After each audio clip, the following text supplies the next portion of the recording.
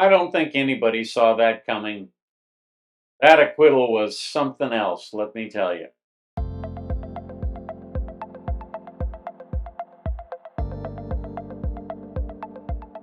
Hi, Tony DeWitt here. I'm a Missouri appellate attorney, retired, and I bring you a fresh perspective on the law without offering any legal advice. So pull up a chair. This is what we're discussing today.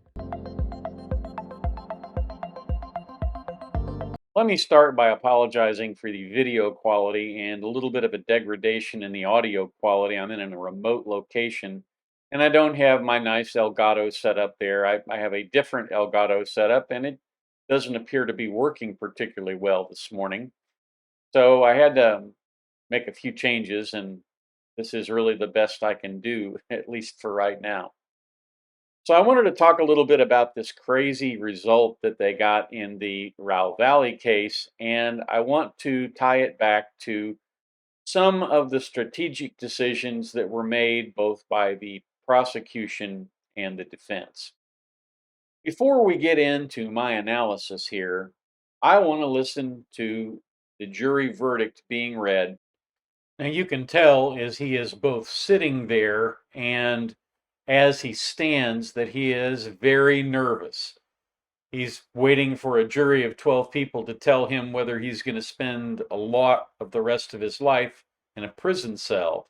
And you can only imagine what kind of stress that places on someone. And so I want you to pay close attention to the fact that his lawyer puts his hand on his shoulder, basically telling him, okay, I'm here for you.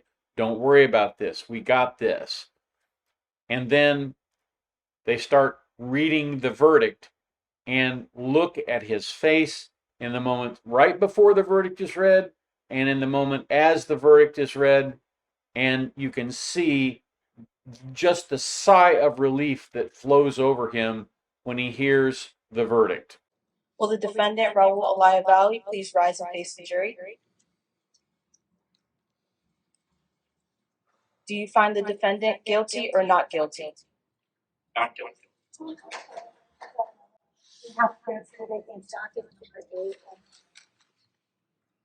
Oh, it's not on here. Sorry.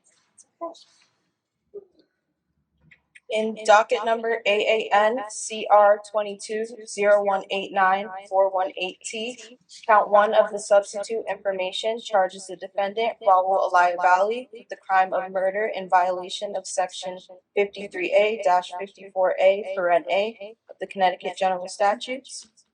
Do you find the defendant guilty or not guilty? Not guilty.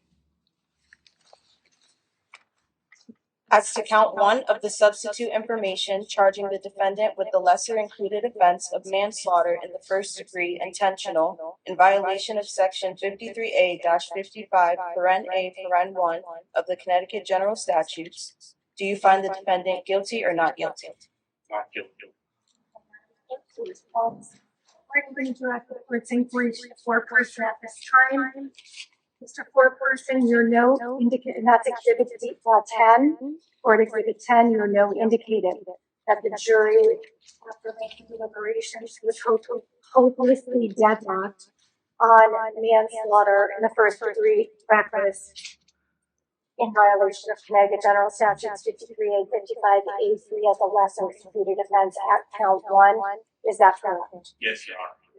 So you were unable to reach unanimous verdict as to that particular charge. Is that correct? That's correct. Please continue on with count 2. Count 2 of the substitute information charges the defendant with the crime of assault in the first degree intentional in violation of section 53A-59 of the Connecticut General Statutes. Do you find the defendant guilty or not guilty? Not guilty. Please pause.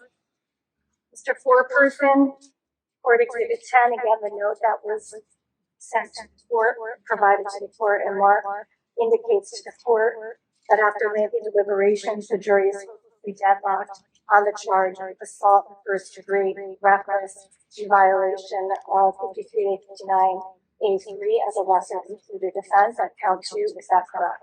That's correct. All right, so you were unable to reach a unanimous verdict regarding that particular charge as a lesser included offense. That is correct. That's correct. Thank you. Clerk, please continue on to count 2. Count 3 of the substitute information charges the defendant with the crime of assault in the first degree intentional in violation of section 53A-59, paren A, paren 1 of the Connecticut General Statutes. Do you find the defendant guilty or not guilty? Not guilty. Please pause. Again, Mr. Foreperson, Exhibit 10, word Exhibit 10, your note to the court indicates that with respect to assault in the first degree, reckless under count 3 after multiple deliberations, the jury is hopelessly dead on that charge of a lesser included offense. Is that correct? Yes, it is. So you were unable to reach a unanimous decision as to assault in the first degree, reckless in violation of Connecticut General Statutes 53A, 59A3 as a lesser included offense under count 3. Is that correct? Yes, Your Honor. Thank you. Madam Clerk, please proceed to count 4.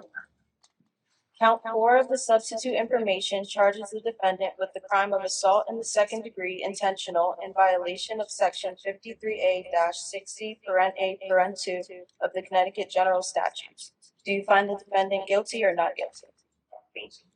Madam Clerk, please pause. So in case you missed it in all the legal lingo there, basically the jury gave him not guilty verdicts on all of the counts except for reckless conduct on all 4 counts.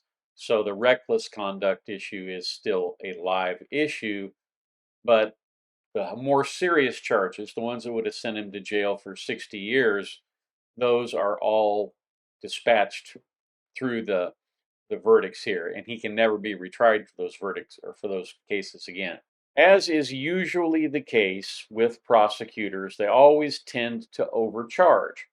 And they do that because they're effectively lazy. What they want to do is they want to, and they did in this case, is they brought a murder information, an information that charged him with murder, even though it was fairly apparent to anybody who saw that fight develop that this was really a matter of a sudden, exciting kind of situation where there really wasn't chance to form intent. There may have been intent to have a fight. There was definitely not an intent to murder anyone. And so I think that was one of the big problems here. They didn't charge, like that. Normally, an ethical prosecutor won't charge more than he can prove. But in this case, what they did was they charged murder, and then there are lesser included offenses for manslaughter and then for assault. And one of the problems that the prosecution had in this case is that they didn't up front recognize, hey, there's people with a lot of fault in this situation going both ways. But unfortunately, we have a dead teenager, and we need to do something about that. That was a mistake, I think, in large part because they didn't lay the groundwork for the fact that the jury was going to hear from more than just the prosecution witnesses, and that the description of the fights and that sort of thing were going to be more than just one-sided. So I also thought it was a bad look that they gave the other people involved in the fight on Raul Valle's side non-prosecution agreements in order to testify against him. And when Mr. Valle came in and testified, he said, one of the reasons he went back was because Tyler De Silva was back there, and one of the reasons that he went back, according to him, was that his friend Tyler was there and he was getting wailed on. And what kind of a man would he be if he didn't go help his friend or pull him out of that mess? And eventually it just got overwhelming and he did what he did. I think they overcharged, and I also think they made a huge mistake by offering a plea deal of 40 years. The kid's 22 years old. If he served 40 years, and he probably wouldn't serve the full 40, but he'd probably at least serve half of that. He would probably serve 20 years. He's 42 when he gets out of prison, and he's a convicted felon, and he's got no life ahead of him. He's going to wind up working the drive-thru at McDonald's if he's lucky. So there are huge issues with offering a plea deal that's not a deal. It's a little bit like making an offer you can't refuse because you don't want to go for 60 years when you'll get out and you'll be 80. I mean, either way you look at it, it is a terrible situation to be facing that kind of time at that age, 20 years old. So I do think they overcharged him. I think they overcharged him way, way worse than they should have. And then the other thing that I picked up, maybe you did too, was that the prosecution just thought this was a layup. They went in there and laid their case out, and they didn't really get too aggressive on anything until it came to cross-examining Raul Valle. That was really the only aggressive questioning that we saw in this. But I think based on the closing argument, that they just thought this was a layup. They walked in there, these kids did this bad thing, and then these kids did this bad thing. But Raul Valle went in there and stabbed these people and tried to kill them. That was murder. I don't think that ever really resounded jury. And one of the things that you do when you are talking to a jury is you look them in the eye and you look for people nodding in agreement, or you look for people looking off to the side when you're talking to them, like, just get out of my face. I don't really want to hear you. And in some instances, that indicates they're not being receptive, and you have to back up a little bit and try a different approach. Sometimes you don't get any feedback from a jury, and then you just go with the best arguments you've got. But I don't think the state of Connecticut went with the best arguments that they had in this case. And I think that's obvious. Now, when the jury came back initially and said they were deadlocked 11-1, my initial thought was, man, that poor kid is going to the slammer for a really long time. Because when you hear they're deadlocked 11-1, generally speaking, in a case like this, where there is pretty clear evidence of a homicide, and there is only one person who had a knife, and that's the guy sitting in the defense chair, you tend to think, well, they're going to convict him and send him to the prison for a long time. But that wasn't the way the jury was deadlocked 11-1. They were deadlocked 11 for acquittal, 1 for conviction, which in my experience is exceptionally rare. This was a horse of a different color. And I don't think anybody on the prosecution side picked that up. And what was interesting to me was they went back and did an additional day and a half of deliberation. They had additional read throughs of the evidence. They saw the videos.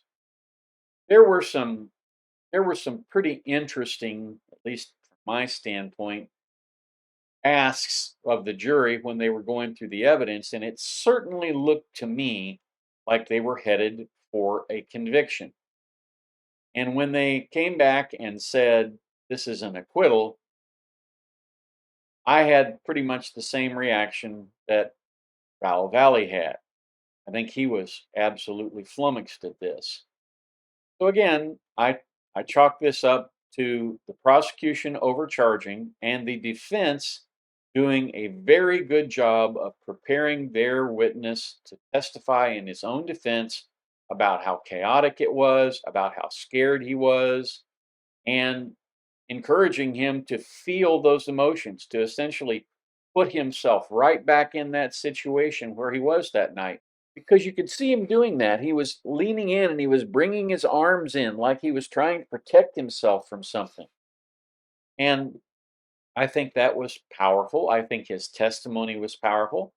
And although I thought the prosecution got in a couple of good licks during the cross examination, I don't think any of them were killer blows, and that's pretty much the result that you got here. So that's where we are with this. They could potentially retry him for reckless conduct, the involuntary manslaughter, reckless endangerment kind of thing, reckless assault. That because they didn't get convictions on those counts, they could potentially retry him. But when you look at the rebuke that the prosecution got in this case, I don't think a retrial is going to happen. But if it does, then I don't see the kid getting convicted. I think this case has received a lot of local attention, and it'd be pretty hard to find somebody that didn't know something about it. And the idea that he was acquitted of murder, that's pretty powerful in this case. And I just don't think they will retry him. If they do, I'll be very surprised. And the worst they could retry him for is this reckless conduct. And again, if you're the defense attorney in that situation, it's like, look, there's fault on both sides here. This is more like negligence, you know. And in this situation, what you would do as the defense attorney is you would say, look, this kid wouldn't have pulled out a knife if they just let him get up and go. They didn't do that. They kept after him. So, all in all, I thought this was a really interesting trial, and it didn't start out that way. I really thought this was headed for conviction, but the result is itself interesting. That's what I have for you today. I hope you found it helpful, interesting, or maybe both. If there's a subject you'd like me to discuss, please feel free to send me an email at the address above. If you like what we do, please feel free to subscribe and come on back to the beach tomorrow. I release videos every weekday, weather and work permitting. If you have the opportunity today, do a kindness for your fellow man. It makes the world a better place, one kind act at a time.